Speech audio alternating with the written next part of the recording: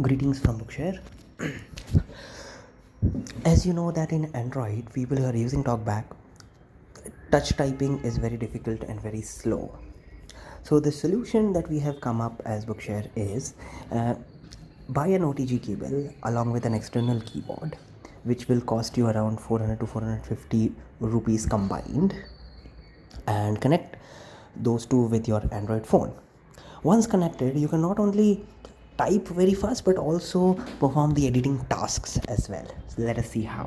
Editing. Enter title. Enter text. Edit box. Showing English. So I can type very fast in English as well. Cap pop. G. Giving. T. B. O.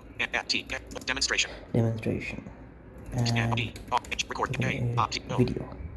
Correct. So I can select it and delete as well. Selected clear text. I can type in Hindi. Shift enabled. Hindi. Bharat. Editing. Enter text. Or any other vernacular languages for that matter. So this is a very inexpensive and quick method which converts your Android phone into a mini laptop. Thank you. Breakfreesolutions, brought to you by Project Discovery, supported by Enable India and Google.